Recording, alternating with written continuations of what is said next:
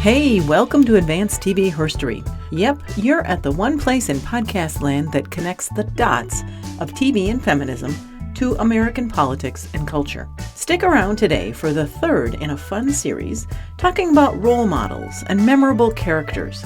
Joining me today is Summer Martin, the voice and soul behind the Unconventional Woman podcast. You're about to hear Summer and me delve deep into some of the most crafted, defined, distinct women characters to ever grace the dramatic small screen. And then we follow it up with a list of similarly refined, authentic, real women. Those whose growth and stature Summer and I have kept our eyes on all these years. The cool part being that Summer has grown up and lived in a totally different part of the country than I have. So hang tight. I'm Cynthia Bemis Abrams. Thanks for listening and enjoy this episode of Advanced TV Herstory. Professional settings. So role models that have come out of dramas largely. Take it, Summer. Oh, well, we have Christina Yang on Grey's Anatomy, which aired in 2005 to now. Grey's Anatomy is the longest running scripted primetime show currently airing on ABC and the longest scripted primetime series carried by ABC. And as of February 28th, 2019, it was the longest running American primetime medical drama series. I didn't really get a chance to get into Grey's Anatomy, although I love every other project by Shonda Rhimes. It was really the timing. It was around the time of my father's death, and I found it a little triggering. So that is why I haven't been able to get into it. And I'm not sure if I can going forward. I don't, yeah. So it's just a little triggering for me. Well, it's on my list. I have not been able to jump into it because I too have just some really profound experiences of medical advocacy. Not me myself, but rather just, and I've worked in a hospital too. So I know that when the time comes for me to queue it up, say during a pandemic, maybe when I have more time, I can and should. And I like the idea that there is science. You know, I think you learn to be a better medical advocate for those who you have to care for. And we as women do find ourselves in that position by watching and absorbing all this. So I've always sort of enjoyed my ER and loved the last season of ER when Angela Bassett was on. But I also recognize that Grey's Anatomy is a layer of story arcs. And so you just can't jump in and watch, that one from season 6, episode 2. You have to kind of start at the beginning, and it is a commitment. But it sure seems like one that has come with many recommendations from folks. Oh, yeah. The longest running scripted primetime show. Come on. Yeah. Yes, exactly. The one series I did watch, pillar to post, beginning to end, was Bones, because again, it's science, but it's not medical science per se. It's sort of that happy blend, and it was on Fox for all those years. Some really good diversity represented, including Camille Saroyan, played by Tamara Taylor. She leads this team of prodigies, of very talented people. They sometimes have ethical issues. They have a hard time focusing sometimes, I think, because their private lives are all wrapped in each other and everything else. And then Camille also has her own professional life, but she is clearly her own prodigy as an MD and a medical examiner, and young enough to be wearing stilettos in the lab. So when somebody offered that up as an example, I thought, yeah, you know what, she is. She balances all those different things and does so with a certain sense of humor and yet a fairly high bar of excellence. I will just plant the flag for Chris Cagney and MaryBeth Lacey, which was Cagney and Lacey ran from 1982 to 1988. Was groundbreaking in about as many different ways as a series can. It was brought up time and again by my circle of friends on Facebook when I said, "Who are your role models?" And the primary reason was that as a pair of women, partners in their profession, that they had each other's backs, not just as police officers or detectives, but, morally with responsibility, that they knew that they were accountable to each other, and that really resonated in the 80s. Nice. Yeah. We have a couple other Shonda Rhimes characters that have created quite an impression for you, Summer Martin. So tell us about your mind meld with AnnaLiese Keating. Oh, AnnaLiese Keating and How to Get Away with Murder and the lovely Viola Davis. So for her performance, Davis has received critical acclaim. She became the first Black woman to win the Primetime Emmy Award for Outstanding Lead Actress in a Drama, also winning 2 Screen Actors Guild Awards for Outstanding Performance by a Female Actor in a Drama Series, and the Image Award for Outstanding Actress in a Drama. AnnaLiese Keating. I specifically classify this character as memorable. I truly saw someone who looked like me. She and I are about the same complexion, and it was awesome to just see her not only be brilliant, intelligent, articulate, professional, badass, but also desirable and not afraid to use her sexuality and not in that typical objectified sexual role that you see that is so common with Black women. She was very much in control of her sexuality. Probably the most popular episode, particularly with Black women and probably women in general, was episode 4 of season 1, when Viola Davis' character, AnnaLiese, there was a scene where she began to take off her armor, if you will. And in that scene, she's removing her wig. You now see her exposed natural hair, and she's taking off the lashes, the makeup, the glam, everything. And she's just raw in her truest self on camera in front of millions of people. And it was in that moment like, whoa, you have exposed the secrets of many of us. This is what we look like when we're preparing for bed and getting ready for the world to see us in the day. And that was actually her idea. And so when we've talked about other characters or actresses during this conversation who take on these characters, get the creative input, and are able to just take their acting and their character to the next level, that is another example of just the brilliance of her and allowing AnnaLiese to be so vulnerable for us all. Yeah, I just love AnnaLiese and Viola Davis, particularly in that role, for what it meant just physically to see yourself on the screen, again, being a badass, beautiful, and just a boss. That's why that resonates with me so much. It was a powerful scene. Viola Davis at the Television Academy. Yes, she won in 2015. She won the Emmy. She was the first Black woman to win the Emmy in a drama, the lead performer. The only other 2 Emmys have gone to Gail Fisher for her role as Mannix's secretary in the late 60s. Gail Fisher, very talented woman who never got any more opportunities after Mannix. And Esther Roll as Florida Evans in Good Times, mid-70s. And then there have been decades and decades. And is that the absence of good roles? Yes. Is it the absence of good women actors? No. No. So the fact that Viola Davis not just had to be excellent, and the scripts have been phenomenal, and the showrunner so oriented toward telling this story that has never been told before. All of that finally came to pass to end that dry streak, and now we'll see. We will see whether or not Shonda Rhimes and Ava and Viola and Kerry Washington from Scandal. Yes. We're going to talk about Olivia Pope next. Whether or not that finally has shaken the tree enough, turned the ship. Pick a metaphor that you want to use, but have things changed? So help us understand a little bit about Olivia Pope from Scandal, because this was a political show and I just couldn't go there.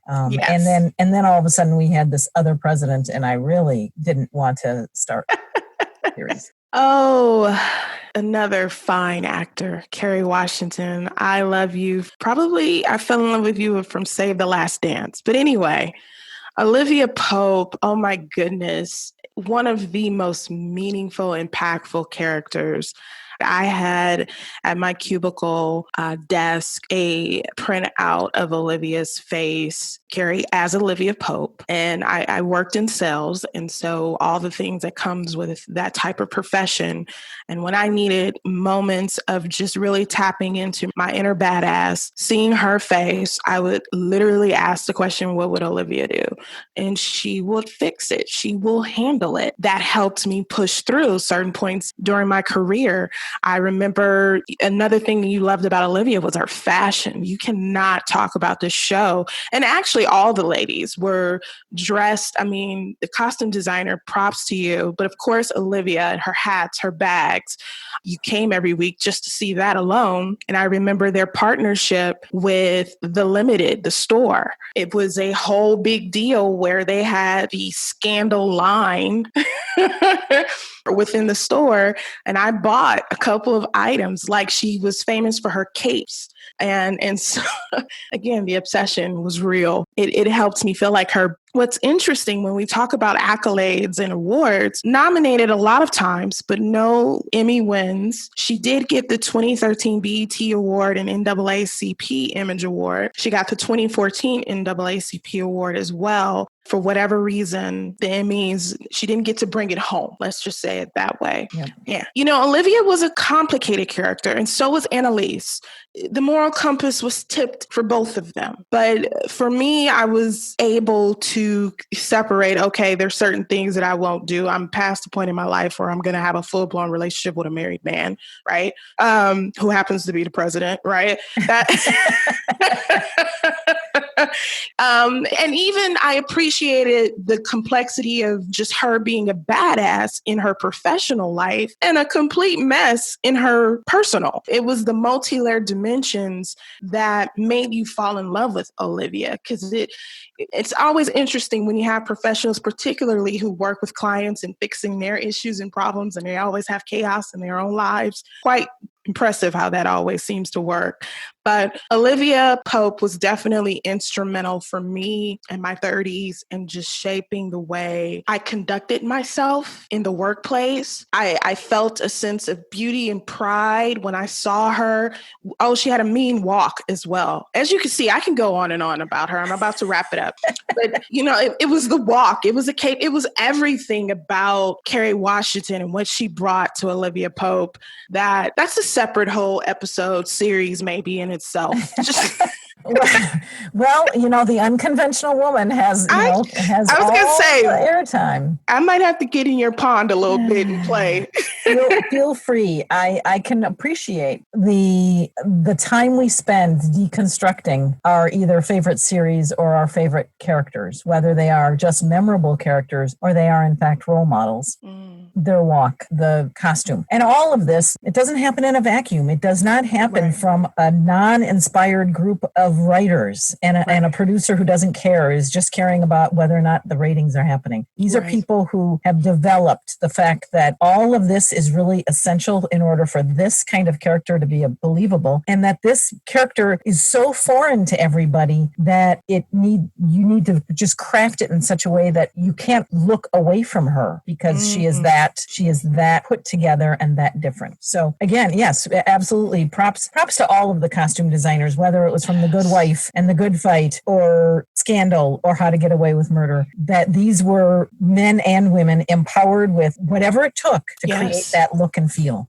And they essentially become another character within the story itself, the costumes. Yes. You know, back when we all wore clothes instead of just, our pandemic wear, clothing has just been such a hallmark of a woman's professional experience since the time came when we were having to prove ourselves and validate our seat at the table. Yes, indeed.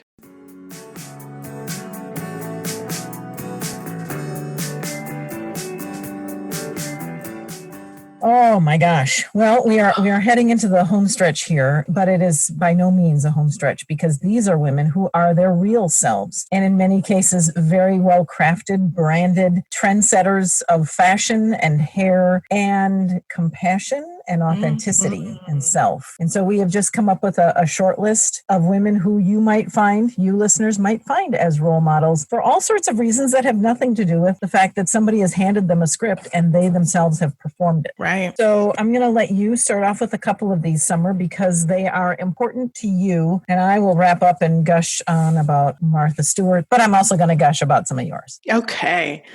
And shout out now to the journalists out there. We want to start off off with Robin Roberts and just her courageous journey and again, being her authentic self. I'm taking her masterclass on the platform Masterclass, and she's just talking about how to be your authentic self and storytelling and even some public speaking techniques. But really, it's just about being you unapologetically. She was on ESPN Sports from 1990 to 2005, and then moved on to where many of you may find her familiar, and that's Good Morning America as a 2005 to the current day. She's one of the lead anchors there, and just a breath of fresh air. I appreciate and admire her a lot. She really has become a spokesperson for so many different traits and the values that we hold so firmly, and a certain amount of courage. She walked her talk when she shared with all of us her medical situation, which lasted. She ended up with a bone marrow transplant. Right. And they, would bring cameras in when she was well enough to be interviewed about what was going on. She helped people understand the depth of her disease, the cause of her disease, and ultimately has come forward, and she's now healthy and she's doing well. Yes. The power of positive thought. She does get spiritual. She does talk about the women relationships that have helped and supported her, as well as the relationships in her family. So there is just this very authentic tone that makes her a very good and legitimate teacher of authenticity and becoming your own self and finding your voice that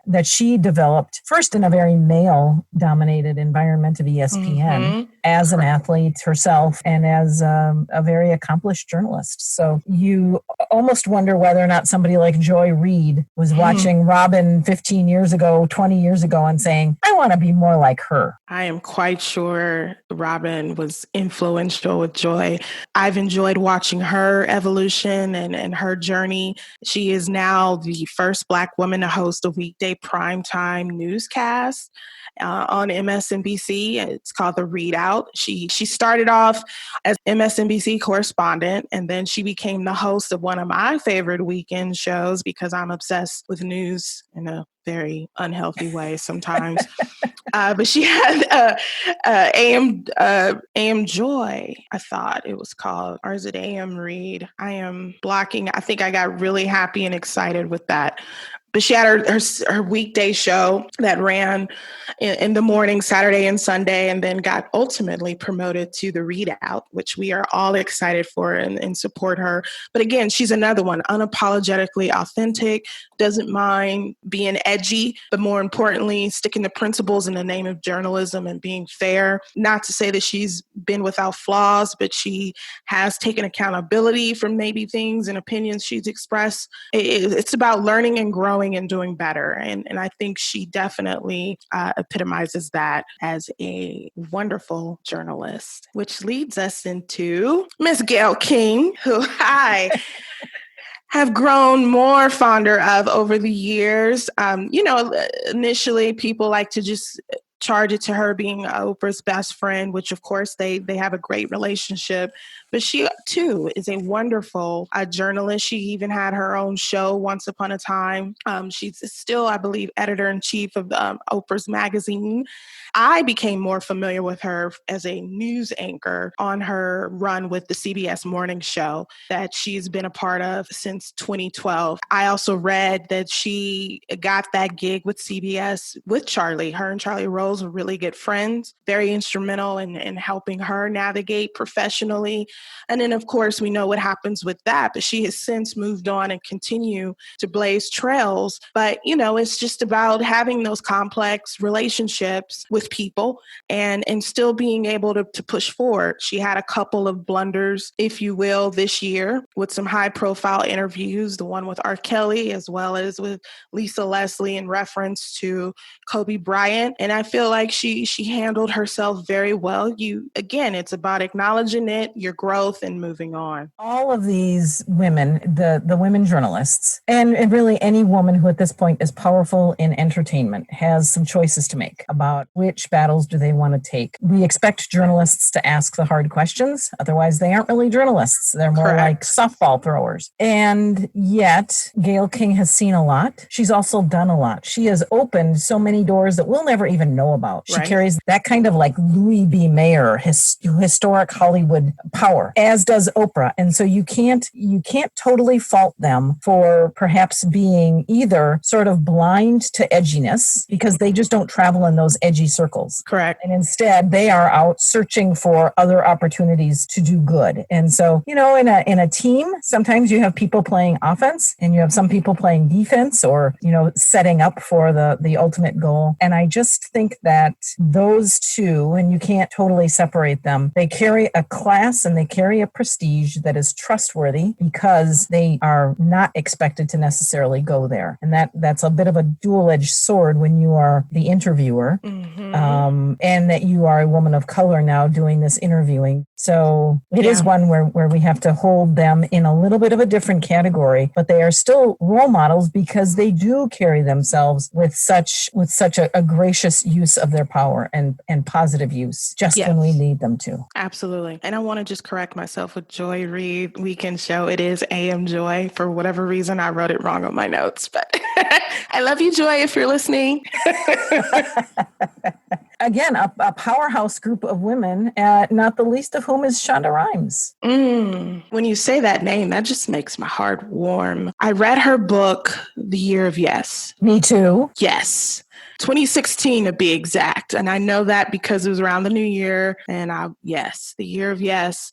And I probably fell in love with her even more then, just getting to know more about the woman, what she has done to television. Just, there are no words. I mean, and ABC knows it. And now Netflix, she got a killer deal with Netflix to create more content. I appreciate, again, representation from all fronts. The way that she's been able to highlight marginalized people in all of her shows in some way, shape, form, or fashion means a lot. And it's clever storytelling. And I'm sure she will definitely say her team, her writers are instrumental in a lot of it. I'm sure they are. But at the end of the day, you have the showrunners. They make the decisions ultimately of what we end up seeing. And she has done a fantastic job of, again, some of my favorite characters. I already told you about Olivia Pope and AnnaLiese Keating. There just aren't enough words. She also has a course on Masterclass. I have it saved. It's a writing course. She's teaching you TV script writing.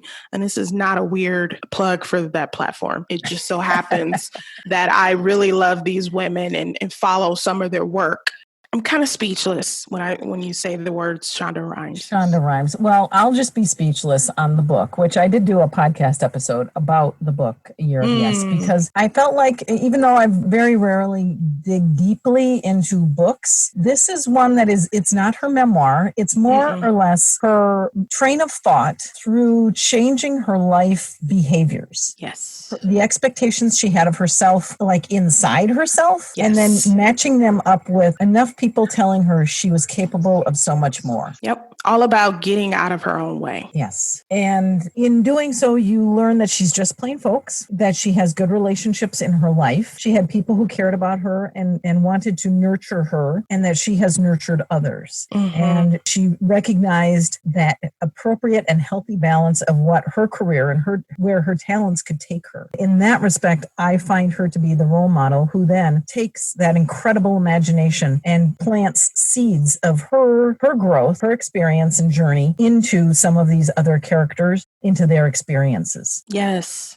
Taking the time to play, right? Because not being too busy for her daughters, but sitting to take the time to play. And I think very much she plays in Shondaland. That's an opportunity for her to color and outside the lines and just go there and be as big and bold as you can. And the other thing that I loved from that book, another takeaway, was doing something that makes your heart hum. I'm on that quest of looking for the hum still. And I think probably till I die, but I love that. When her career finally sunsets in another 40 years or so, we are going to look back on her book of work as comprehensive and prolific as Norman Lear's, as breakthrough from a women's perspective as, say, Linda Bloodworth Thomason. There will have been an entire school of storytelling that is represented in all of her works. And it's something we're living through and we get to enjoy in real time. And we're only going to come to appreciate more in the years to come. Yes. All right. That leaves us, with Oprah, do we really need to say anything about Oprah as a role model? No. Oprah's Oprah. Oprah is Oprah. And again, of humble means, you can't be a resident of Chicago without understanding the role that Oprah and Phil Donahue had, certainly, in Chicago being on the map at that point for talk shows. Yeah. And then that gets us to, again, the 80s were this period of time where women of color in particular, stepped in and they found their strength and they found a sisterhood, and sisters, Debbie Allen and Felicia Rashad, and the incredible work that they've done behind the scenes, as well as in their philanthropy, their outspokenness on certain things, their development of others as mentors. Yeah. Yeah. Those two their parents are so proud. I mean, they're just dynamic in their own rights. And like we mentioned earlier, once Debbie Allen came on the scene with A Different World and just taking it into a new direction, one of those shows that belongs in the time capsule of just good television. She was very much inspirational and, the powerhouse behind that movement and moment in time. How cool is that to just be sisters and so dynamic and talented? I follow a lot of the women we've talked about on social media, but I want to bring up Debbie in particular because she's a dancer at heart, right? Everything started with dancing.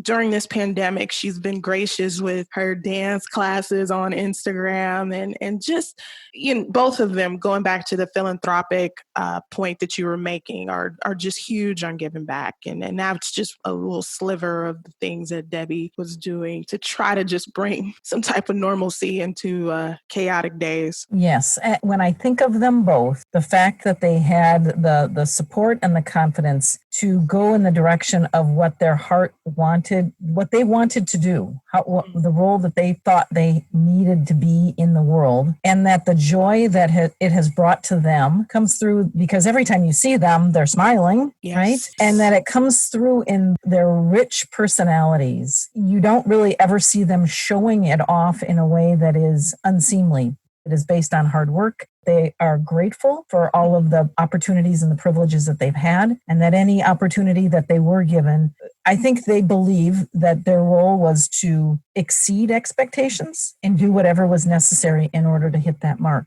And that is role model category for me, or territory. So. And just going one little caveat to Felicia Rashad, her daughter, Condola Rashad, who I love seeing on the show Billions on Showtime, so just another generation from that family of just talent. So, yeah. Yeah. That wraps us up with the only, there are many white women, I'm sure, from TV history who could land in this category, but I need to give a shout out to Martha Stewart, who I could and should do an entire episode about, but that almost seems to be a bit of a trope. Because Martha is rich and she has her good points and she has her bad points, but she played this role as a role model for suburban women, I'll just say. She did Martha Stewart Living, a syndicated TV series, 1996 to 2004. And in where I lived, it was on Saturday mornings. And there is that feeling of a Saturday morning where you've got all the time in the world. You can cram as much as you can into a Saturday in order to make your life better and to get a sense of satisfaction that is different from the weekday. And there was Martha at 10 o'clock on TV. The kids were outside playing and I was picking up the kitchen and I could just sit for a half an hour and watch Martha teach me something that my mother couldn't teach me and that no other woman wanted to take the time. And if I couldn't learn from her there, well, by golly, the magazine was going to be in the mailbox before I knew it. And so it was a quirky Connecticut white privileged something that she was often teaching, like, cooking that was a little bit beyond have the tastes of my kids or my husband, but there was a sense of aspiration. And we haven't really talked about aspiration other than Kerry Washington's wardrobe. But that's kind of what Martha left us with was you can do better. You just have to learn. To become a good cook, you just have to practice. Yeah. Martha Stewart gave you that attainable perfectionism. Yes, it was done to a T the correct way, but it wasn't too standoffish to where you felt like you couldn't see yourself, just like you did. You were ready. Class was in session Saturday morning for you. You know, the other thing that she did, and to the point of honesty, I guess, or transparency, is I think she assumed that you did not really think that she had done all of this by herself. Right. And she probably did not credit her team as much as she should have. But she did have experts in. So that pumpkin, that incredibly elaborate pumpkin that had the carving of the Eiffel Tower for that Halloween, there was an expert who was standing there telling Martha how to do that. I'm facetious. I don't think there was actually a pumpkin that looked like that. But she did bring in others to do the teaching that she did not appropriately, feel like she could do. Parallels that were made or the comparisons that were made to her and Julia Child. Well, she was more than a cook. It was about decorating, and it was about understanding how to get stains out of things. And it was a lifestyle. It was lifestyle. And Gwyneth Paltrow can try to replicate that to some degree. But, in 1997, a jade egg just never would have made it on 10 o'clock Saturday morning TV. Now, Martha does have a new show out. Granted, she's 79 years old. So God, love the fact that she has the agency and the energy. Martha and the is in drive. her prime, Cynthia. She is. I love it. She became Fonda. So Martha Knows Best is rolling out here in 2020. But she's also got Martha and Snoops Potluck Party Challenge. Again, another show that when it comes on, my jaw drops and I just have to sit and watch the whole thing. And who knew that they would be able to serve peanut butter and jelly? They go perfect together on a silver platter. That is Martha and Snoop. They just work. It's a magic. Not sure how that even came about, but whoever was behind that, or maybe the two of them, it just genius. The genius to me, the geniusness, as I watched it in its first season in 2016, was the fact that they were creating a sense of commonplace amongst two very different life experiences. Mm-hmm. You can't be more different than Martha Stewart and Snoop. Right. And they always say it is a known fact that food will always bring people together. Yes. And they are both people. Mm-hmm. They are both looked upon within their circles, obviously, as leaders and as nurturers. Mm-hmm. And so they found this common opportunity to share cultures, to laugh, to be real and personable, that they make mistakes, that they crack the egg and a shell, a big chunk of shell lands in there, or that she teaches him how to properly handle chicken. And then he makes a joke. And then she, dirty dog, jumps right in there. She's got a salty side. And so it's kind of fun. Martha has proven that she is down with everybody. My girl can assimilate in any crowd. But the key there, when I say assimilate in any crowd, is still being your authentic self. Yes.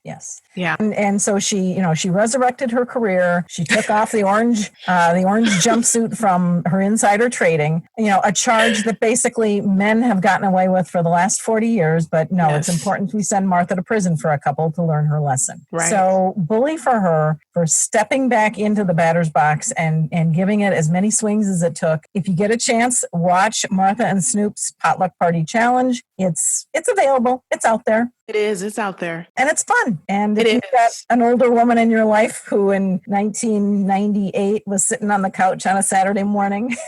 Exactly. Or if you're curious about hip hop, or you're starting to see, because Snoop Dogg has been doing some Corona commercials lately, just who is this guy and want to know more. That's a great show. Yes. To introduce you to Snoop Dogg, I think. And the guests are all fun. So they have a lot of fun doing it. I mean, that's smart for both of them. Yeah, absolutely. Yeah. Snoop and I are back. It's our birthday celebration. So we lighten up. Candles, that is. Since we always have the most fun together, we decided to throw Snoop a birthday party. It ain't nothing but a big kid party. You dig? Martha, I know you love DJ Fred Rick, but as a gift to you, I flew in your favorite DJ. Yeah, DJ Mad Marge. Come on out here, baby. Oh, wow! Mad Marge in the house, straight from New York. Now that we got our toes in order, we need a cocktail like a dog needs a bone. So what are you making me tonight, Martha? Well, I want to make the perfect birthday drink. It's something that I make. My birthday's in the summertime, so we always have outdoor parties and sangria, white sangria. You gave me that before, didn't you? No, Sangria? never. Well, give me some now. Okay. So in a large pitcher, we have mango, peaches, Hello. apples, and then some sugar, and then a half a cup. Can I pour that? Yeah, half a cup. That just feels like I'm supposed to pour it. Okay. Is that a half? That's about a half. And then just stir that up. Oh boy. And then add 2 bottles, you can pour one, of the best wine. This Bacalao is so good. 2015, that was a very good year. And then you pour into your glass. Am I gonna get drunker if I eat the food? Yeah. All right. Yeah, that's the whole idea. Everybody grab your glasses and put them to the sky. That, folks, was the season 2 opener of Martha and Snoop's Dinner Party. All sorts of clips from that series can be found on YouTube. Oh, wow. I'd like to thank Summer Martin of the Unconventional Woman podcast for hanging out and talking TV with me. The power of TV and representation never ceases to amaze me. Find Summer's The Unconventional Woman podcast wherever you listen to shows, including Spotify and Pandora. Learn more at tuwpodcast.com. Follow her on Instagram at unconventional_woman, and on Twitter she is Summer Gory, SUMMERGORY. It's been so much fun celebrating all these great women, characters, and women themselves, and fun to just chat with Summer. Thanks as well to Catherine Yang, who's the sound editor and designer extraordinaire, whose work makes our voices even more magical. Catherine, you are the best. Our hallmark music is that of an artist named Jazzer, who's found on Free Music Archive, and this particular jingle is called Take Me Higher. Lastly, check out all our past episodes at tvherstory.com. That's also where, if you're trying to convince someone to listen to podcasts, but maybe they feel a bit intimidated, just go ahead and send them the link to tvherstory.com, ask them to look around a little bit, and then, press play. And there it is. Listeners, thanks so much for being a part of this podcast in your listening, when you nod your head affirmatively to some of the great lists of role models and memorable characters of these recent episodes, and for recommending this show, or maybe for subscribing to our newsletter, and in general, you know what, being part of our crowd. You're the best. Your YI podcast. I'm your host, Cynthia Bemis Abrams.